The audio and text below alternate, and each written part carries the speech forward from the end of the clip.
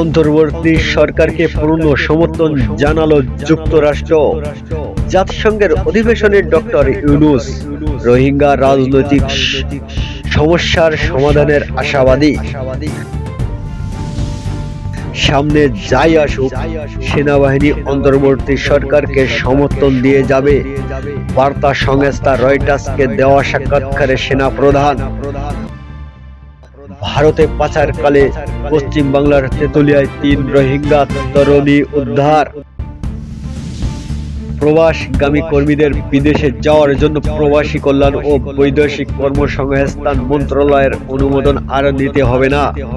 এখন থেকে সংশ্লিষ্ট দেশের দূতাবাস এবং জনশক্তি কর্মসংস্থান ও প্রশিক্ষণ ব্যুরোর বিএমইটি অনুমোদন হলেই চলবে।